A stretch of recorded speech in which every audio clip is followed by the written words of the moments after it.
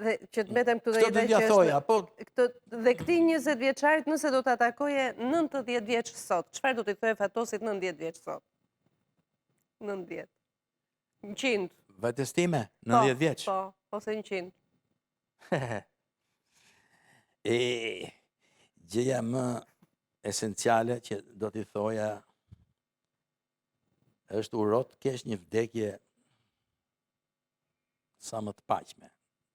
Do më thonë, atje je në përballë vdekjes, takimin e fundit. Dhe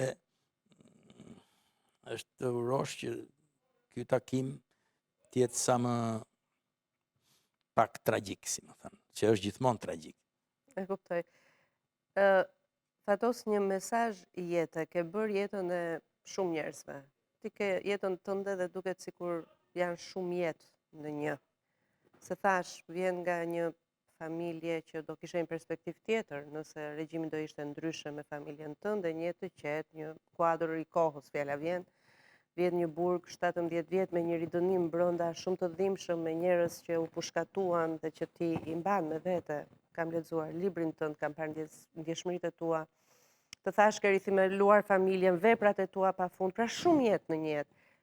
Një mesazh jete, çfarë është jeta tek e fundit?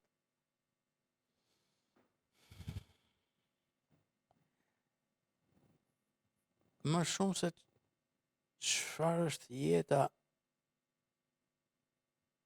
për të dhënë një gjë nga jashtë, është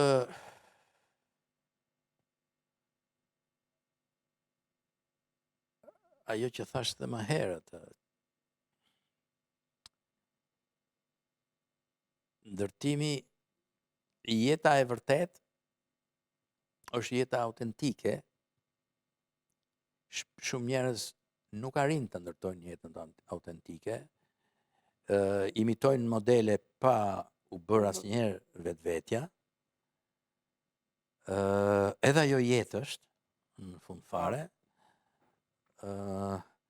Prandaj, nëse është fjalë për mesazhi duhet të ishte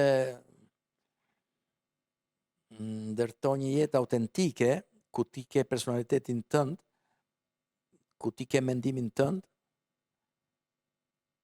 që është gjithmonë në evoluim, padyshim, të vërtetat e tua, vdekjen tënde, dhe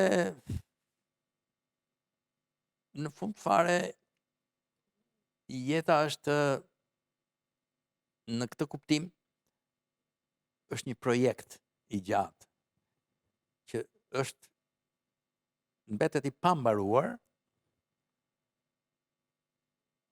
por të ndërtosh një projekt jete, njëri do të bëhet regjisor. Jo se do të bësh i famshëm, jo se do kesh sukses, se një pjesë tonë suksesi është. Jo, është projekti më i rëndësishëm. Të kesh një projekt jete. E qartë. Unë të falenderoj shumë. Ishte shumë kënaqësi që ishim bashkë sot.